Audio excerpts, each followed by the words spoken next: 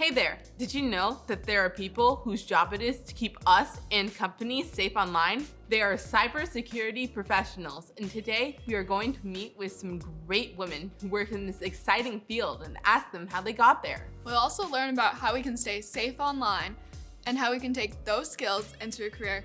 Let's take a look at cybersecurity in this episode of Future of Me. This program is supported by Eastern Michigan University and Digital Divas, with additional support from the AT&T Foundation, the DTE Foundation, ITC Holdings, Promise, and viewers like you. Thank you.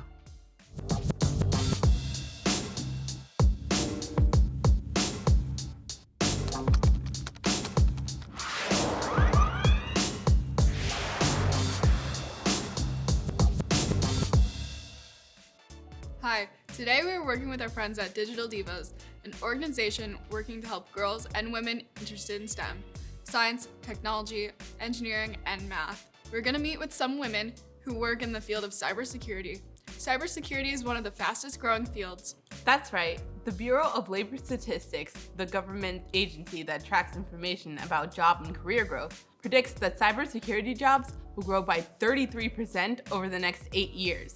That is faster growth than most other careers.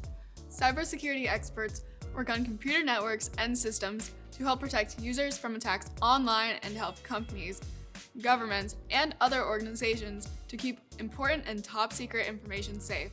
Cybersecurity experts work in all sorts of industries: healthcare, military and government, social media companies, software and application developers, and many companies use cybersecurity experts to keep their employees and information accessible to those who need it and locked away for those who don't. But did you know that even pizza needs to be safe online? It's true. Let's go meet with Liz Beatty at Domino's Pizza. She's going to tell us about how they keep our sauce and cheese safe on the web.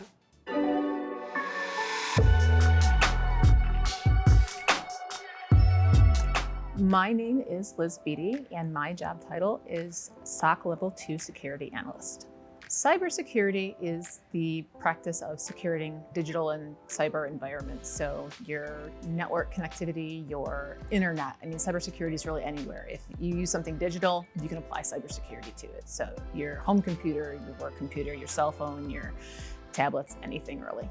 For businesses like ours, and really any business that conducts their day-to-day affairs on technology, anything that's technology related can be accessed by people who probably don't belong there. So many businesses rely heavily on technology, especially e-commerce platforms like ours, that securing that is essential in order for your business to continue to grow and do well.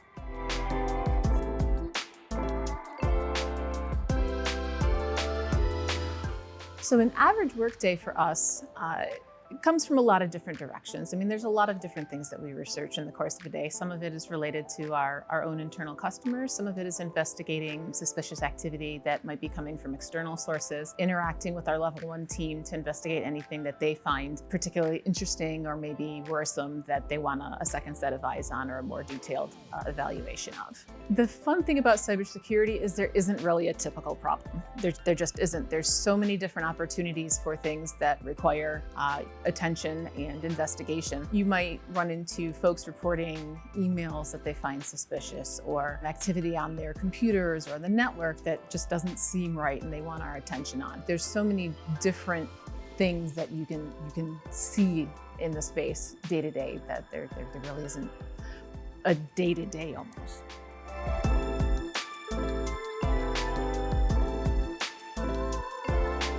I got into computers because I liked playing computer games. So I liked building computers, I liked technology, I liked problem solving, I liked the hands-on aspect of getting into that. So when I went out of high school, I got into a program that was offered at a local technical school at the time, and I went through a network engineering and administration program. And that was an 18-month course. I came out of it with a handful of certifications, and then I got my first job a few months later in the IT department of a law firm downtown. A couple of years ago, I had begun kind of evaluating my career path, and I'd really been interested in cybersecurity for quite a while, and just hadn't really had the right kind of timing, or maybe just the right moment hadn't struck. but I started doing some more dedicated research into the field. I started picking up webinars, and this was kind of right around the beginning of COVID, so there was a little more opportunity to look into programs that would help make that move. And I found a scholarship program offered by an organization called Women in Cybersecurity, and their abbreviation is WISIS, and they were offering a scholarship program with Google and SANS to help train women in cybersecurity, and that is how I actually managed to get the training that landed me this particular position. I've always been inquisitive and curious by nature, and cybersecurity really gives you the ability to dig into unique and interesting problems. So for me, having the opportunity to kind of chase up things that maybe somebody's having difficulty figuring out, or a new or unique problem to kind of solve, or something interesting to find, just having that opportunity to learn and do new things is really cool and always present in this field. I did tend to get into a lot of exploratory type things. I've always had a very inquisitive nature, I guess we'll say. So figuring out how things work, a lot of things that I read growing up were science fiction and fantasy. There was a bit of a technology aspect to that, of a futuristic kind of bent, that getting into this field now kind of just felt like getting in touch with some of those more futuristic things that interested me so much when I was younger.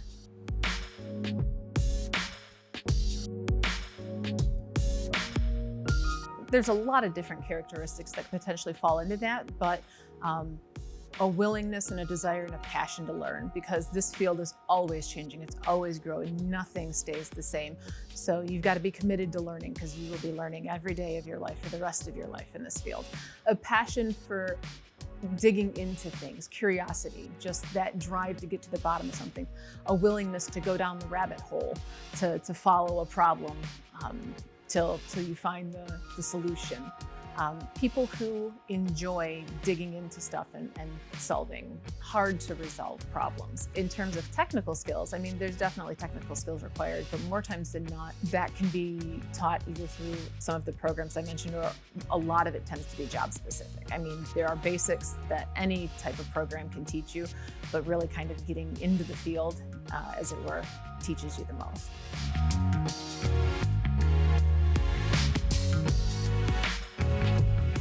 The interesting thing about cybersecurity is there are so many different resources out in the environment, and there are absolutely wonderful programs in the security field that are offered by a lot of different organizations.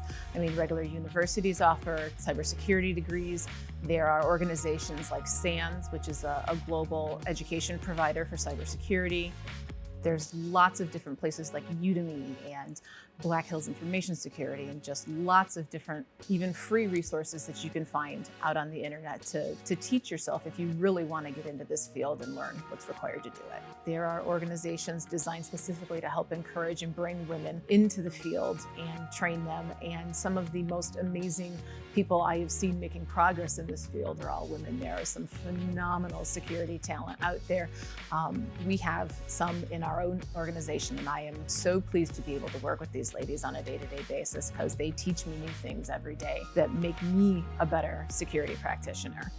So for anybody who thinks that gender is a bar, it absolutely is not. We are smashing those walls down daily and continue to do so.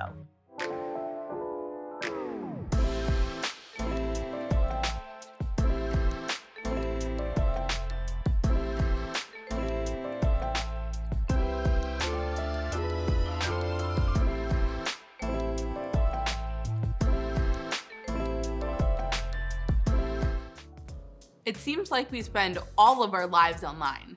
Many of my classes are virtual or have some sort of online component. I talk to my friends online, I play video games and stream movies and videos online, and of course, all of my social media accounts. My family even has a shared photo album in the cloud that we use to share our favorite family photos. Part of living online is learning to stay safe online. I've logged into so many accounts and websites, it can be really hard to keep track of it.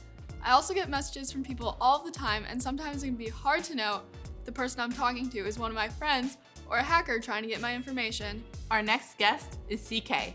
CK is a cybersecurity professional keeping companies safe from cyber predators. She even has her own YouTube channel where she posts videos about online safety. Hi, I'm CK. I am a cybersecurity professional and I want to talk today about staying safe online. Let's begin with what is cyberspace. Whatever has to do with the internet is cyberspace. We utilize the internet to convey messages and remain associated with our loved ones. We use the internet for various other purposes like attending online classes, playing computer games, downloading music, and watching TV shows and films. Adults do things like banking, online shopping, and other significant regular activities. Understanding the risks on the web and making a move to safeguard ourselves is the initial phase in making the internet a safer place.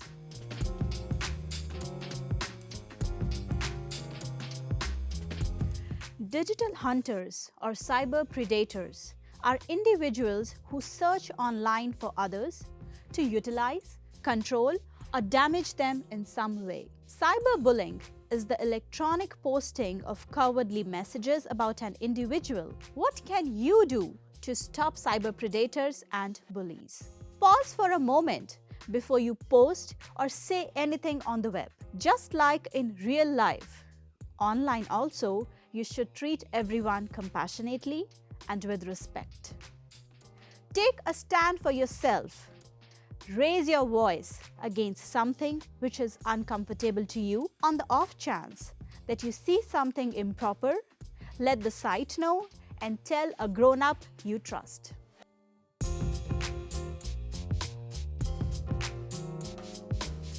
Data fraud is the unlawful utilization of another person's own data to take cash, credit, or demean the person. Identity theft is when someone uses your personal information to pretend to be you online. They can use this information to try to steal money or use your identity to hurt others. Here are some tips to prevent identity theft. Let your guardians know if at any point you get an email that requests your data. Sometimes the messages will look very official, as if they're coming from your club or your school. Yet, they could be a stunt to get your data. Make solid passwords. Keep your passwords secret and do not share them with anyone. Think before you click. Do not open messages from people you do not know. And do not click on links unless you know where they'll take you. And lastly, use and check your security settings on the social media networking accounts.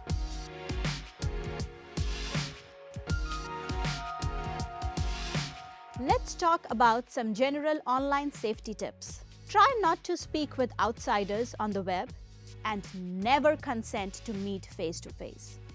Tell a parent, educator, or a grown-up you trust.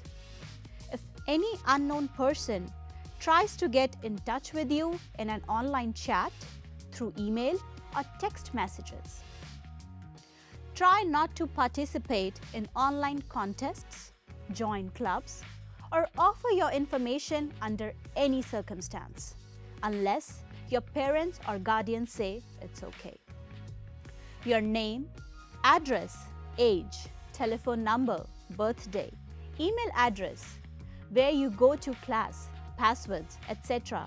is your private information and should not share without checking the validity of the source asking for that. Beware of offers that are too good to be true. Online stunts, like giving away free stuff, are intended to get you to surrender personal information. Check with your parents or guardians before downloading any application and always check the privacy settings. Connect to a secure internet connection. Disconnect your devices from the internet when you're not using them. And make sure your devices are not set to automatically connect to any public Wi-Fis.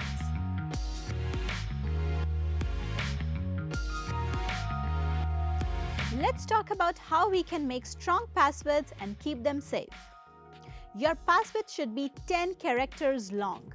Include uppercase and lowercase letters, numbers, and special characters. You should avoid using any words in the dictionary. And do not use any personal information like your birthday, phone number, or your address. Let's make a password together. Take a base word. Use something around you, a song, lyric, or a phrase of your own. I'm going to pick ice cream is cold. Okay, now let's capitalize some of those letters. I'm going to capitalize the beginning of each word. Ice cream, I, cream, C, is, I again, and cold, C. Now, let's replace some of the letters with numbers or special characters. A's can be replaced with the @ symbol, O's can become zeros, S could be replaced with $, and the I's can be replaced with ones. Now we remove all of the spaces and here is a password. This is a strong password.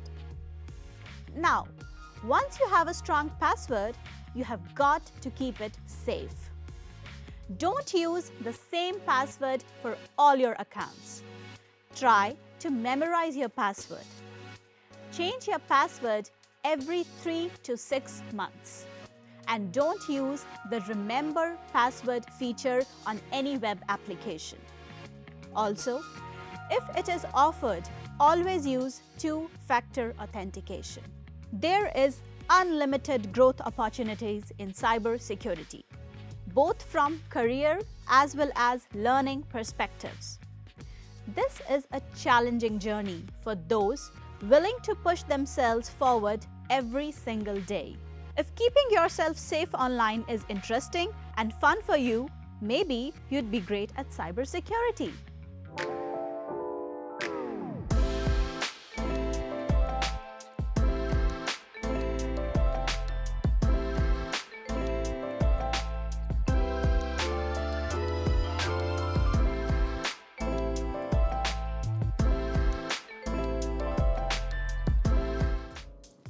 According to a 2018 report by ISC Squared, women represent roughly 24% of the cybersecurity workforce, but that number is growing.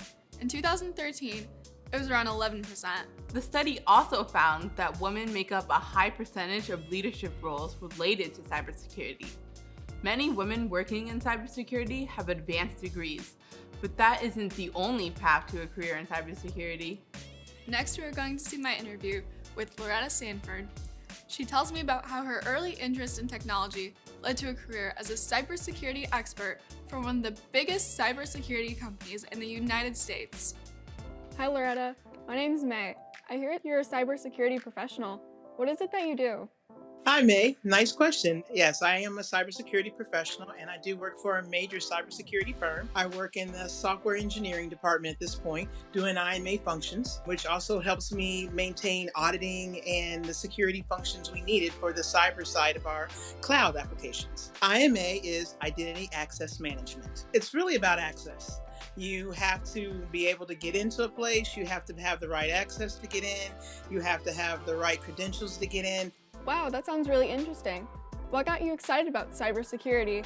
I became interested in cybersecurity when I was working for a software company, and one of my managers was an ethical hacker. And we had to create a team to help pass some SOC auditifications that we didn't even have. So I became part of her team, and she started from the ground up teaching about 5 of us how to hack, penetrate, so that we could pass this auditing for this company. So an audit is like a function that tells the government that you've met these standards. So an audit to a company allows you to have better credentials for the company as a whole. It tells a government or a business, okay, that you are complying to certain standards. You're keeping the right networks, you're keeping things upgraded, you're paying attention to the procedures and policies that they've set up as a big entity, and that helps you move along. It helps you get different kinds of accreditations. It helps the government say, okay, yeah, I want to do business with someone who is keeping things in line, in check.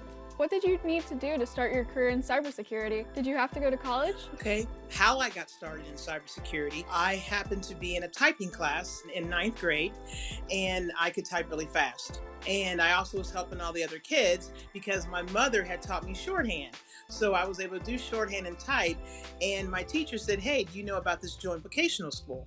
And I happened to know about the joint vocational school because my uncle was the principal there, but I never been to one. And so she gave me an application for a programming class, and I didn't think anything of it, and I happened to get in. So my junior and senior year, I went to a joint vocational school where I learned programming. And from there, the area I lived in, there was like no real jobs, and my aunts lived in DC. So I moved to DC. And I went to a technical school there. I went to a place called Yorktown Business Institute, where I also picked up the programming and we started doing computer work. And then from there, I started working.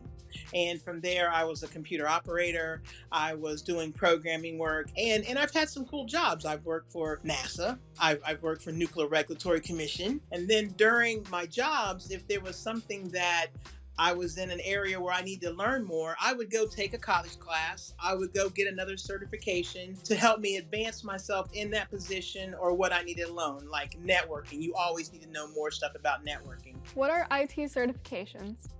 The IT certification is saying to an employer or to someone you're working with that you've taken the extra steps to advance yourself. Not only does it give you experience, it also gives you different types of knowledge. And there's boot camps, there's also online classes, and in those they give you the steps to say, hey, this person has the knowledge to spin up a server, to be an ethical hacker, and you take a huge test at the end. That also tells them, okay, not only did you take the class, you interpreted what was in the class and you moved it and you passed the test. And then you go on like a registry. Some people go on a registry, and for bigger ones like hacking, vulnerability, networking, and some people get jobs from there. And you also meet people in those classes. It helps with networking, really big networking about what different companies are doing, what they're learning, because sometimes in those classes I was able to take back to my job, hey, this particular tool is better than what we have. We need to get this, we need to try that. So that networking is really big when you do your IT certifications and take those classes. For someone like me in high school, what should I do to get ready for a job in cybersecurity? If you can't type, you need to at least know where the keys are where you're not looking. If you're trying to figure out how to type and figure out what's going on in the class and figure out where you need to put things, it's not good. So a typing class is like the first thing. And once you have that kind of knowledge, then you're steps ahead. Who helped you on your career path? Did you have any teachers or mentors? I had a bunch of people during my career path to help me advance at work and even at home. My aunts were librarians. A couple aunts were lawyers. Like I said, my mom taught me how to take shorthand. So there were a lot of people that helped. In school, like I said, the lady who put me in the typing class. I only took that typing class because I had to have an extracurricular because I played basketball. And I didn't even know I would like it. When you started your career, were there many women in your profession? When I started my career, there was not a lot of women in my profession. There weren't a lot of women. Now, there were a lot of teachers. I had a lot of good teachers in this area. Some of the teachers of the classes and certifications I took were women, but not many in like my teams. So I would be the only person of color for years. I mean, it wasn't until like the last, 20 years, 10 or 15 years where it wasn't. The one boss I had, she was an ethical hacker. That was the first woman boss I had that knew about security. But now there is more. And a lot of us, we're nerds. There are a lot of women nerds. They just don't want to show it. And now we're not scared to. We're okay to walk in and say, yeah, I'm a nerd. I've got a whole cybersecurity thing sitting in my backyard and I'm hacking from the basement. We're okay with that now. That doesn't scare us. What skills have helped you the most in your career? Well, I've always been interested in computers for sure. And I have, different types of troubleshooting skills, even before, because like I said, I played sports. I was used to team mentality. So that comes into play. Thanks very much, Loretta. I learned so much. That's glad to hear, May. I hope I did enhance your knowledge of being a cybersecurity professional, and let me know if you want a job.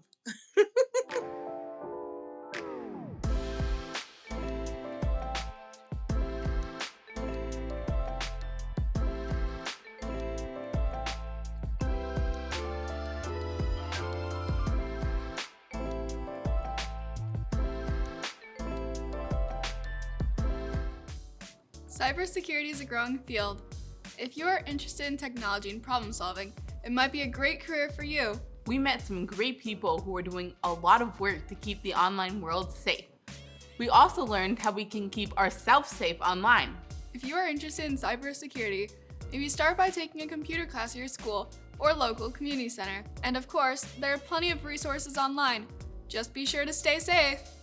This program is supported by Eastern Michigan University and Digital Divas, with additional support from the AT&T Foundation, the DTE Foundation, ITC Holdings, Promise, and viewers like you.